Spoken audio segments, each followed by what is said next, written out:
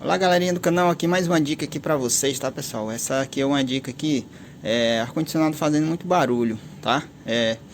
O que pode ser, pessoal? A princípio, o ar-condicionado fazendo muito barulho, tem vários motivos, mas um dos principais é o que? Sujeira, né?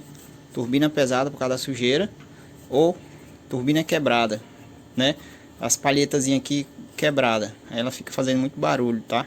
E tem esse probleminha aqui também, pessoal, que às vezes passa despercebido pelo técnico. Uma vez eu já bati muita cabeça com esse tipo de problema aqui, tá?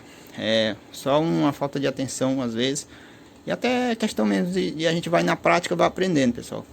Essa turbina aqui, ela folgou o eixo aqui, ó. Ó, o eixo dela aqui tá folgado, ó.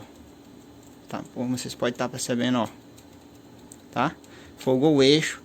Lá a máquina fica fazendo muito barulho, fica trepidando, fazendo. Falta sair da parede. Como essa máquina aqui é uma máquina grande, tá? Ela é um raiol de parede, tá? Só que ela é 24.000 BTUs.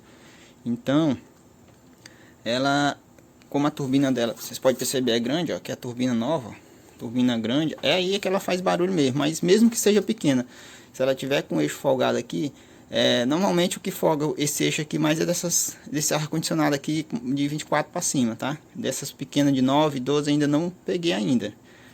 Já trabalhei com muita máquina aqui, ainda não peguei um defeito desse, ó. Vocês veem aqui, ó.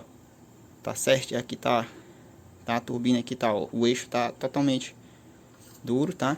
E esse aqui não, esse aqui criou uma folga no eixo. Aqui, ó. Então a máquina fica fazendo muito barulho, tá?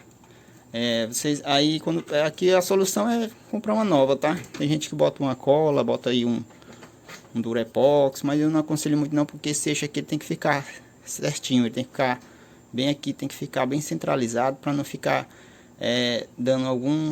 para não dar algum problema na máquina, porque se ele não ficar centralizado, a máquina lá, o ventilador pode acabar com os rolamentos do ventilador, alguma coisa assim do tipo, tá? Então é isso aí, pessoal. Mais uma dica aí do canal, tá? Se inscreve no canal aí, deixa o like para ajudar o canal, pessoal. Seu like é muito importante, tá, pessoal? E é isso aí. Tchau, tchau. Até a próxima.